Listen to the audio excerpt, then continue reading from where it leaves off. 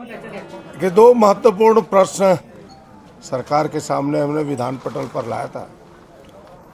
एक तो जो पूरे प्रदेश में नौजवानों का शोषण, नौजवानों का एक्सटॉर्शन होता है इस आउटसोर्सिंग एजेंसी के माध्यम से, उस पर वो प्रश्न था कि भाई जेपीआईटी को सरकार ने पूरा अधिकार दिया है। जेपीआईटी कुछ बड़े बड़े एजेंसियों को, आउटसोर्सिंग एजेंसियों को एडॉप्ट कर ली है। छोटी एजेंसियों को यहाँ ताकत नहीं देती जो राज्य की एजेंसियाँ हैं, और बड़ी एजेंसियाँ मनमानी तरीके से एक तो नौजवानों की भर्ती में भी पैसा लेता है और भर्ती के बाद जो उनके मानदेय है उसमें भी कटौती करता है, और यह एक प्रकार का शोषण है, एक्सटॉर्शन है। और रिजर्वेशन भी उसमें नहीं है, यह आरक्षण के विरुद्ध भी है।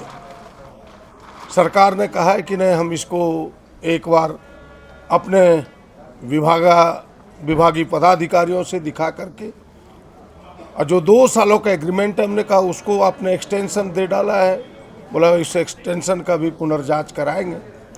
और साथ ही साथ जो शिकायतें मिली है भिन्न भिन्न जिलों से, उस जांच के आधार पर कार्रवाई करेंगे ताकि एक्सटॉर्शन रुके। और हमने यह भी प्रश्न रखा कि भाई इसके लिए सरकार कोई वैकल्पिक नीति बनाए ताकि यहाँ के नौजवानों का एक्सटॉर्शन ना हो, वह एजेंसियों के द्वारा एक्सटॉर्शन ना हो।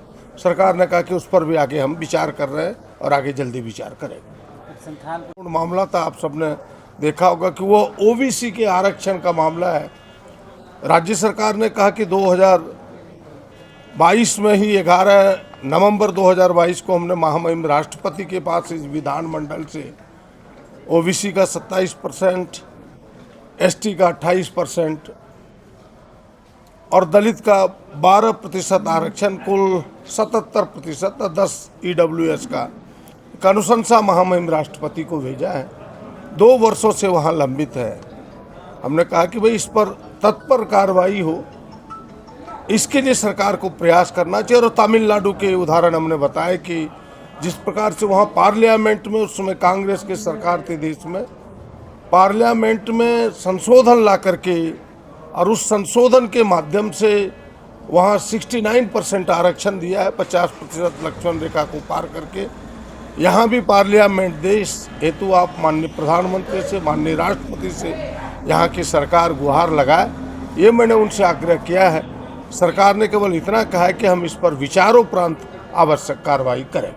मंत्रालय को बनाने के लिए भी दूसरा हमने उसमें दो और पार्ट थे उसके कि भाई जो 93 संशोधन है वो ये है कि भाई 2005 में जब मनमोहन जी की सरकार थी तो देश में एक संशोधन आया संविधान में, और वो संविधान 93 संशोधन के नाम से जाना गया कि भाई हायर एजुकेशन, खास करके व्यावसायिक संस्थानों में ओबीसी को, एसटी को, एससी को नामांकन में आरक्षण मिलेगा।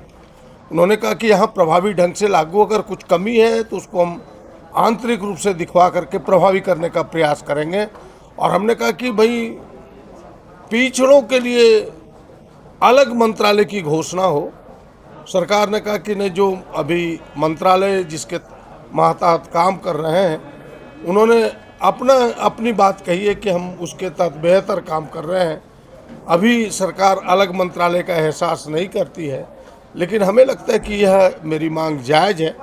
आगे भी विन विन फोरम पर इस मांग को रखेंगे और कांग्रेस पार्टी इस मांग को लेकर के आगे बढ़ेगी।